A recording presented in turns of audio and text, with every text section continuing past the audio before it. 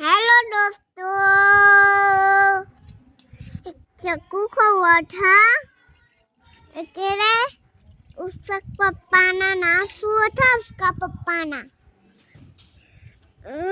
कालू पौआ।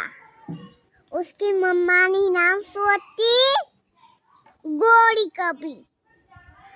जो अब कालू पौआ उसका बेटा पानी नहीं पीता। उसका बेटा है पानी पीवे। तो ही कालू पौआ दाना खाए એટલે પાણી પીવે મોજ કરીને ભાઈ એમના ઘરે જઈ સૂઈ જાય। લાઈક કરો, શેર કરો, સબસ્ક્રાઇબ કરો। બાય બાય દોસ્તો।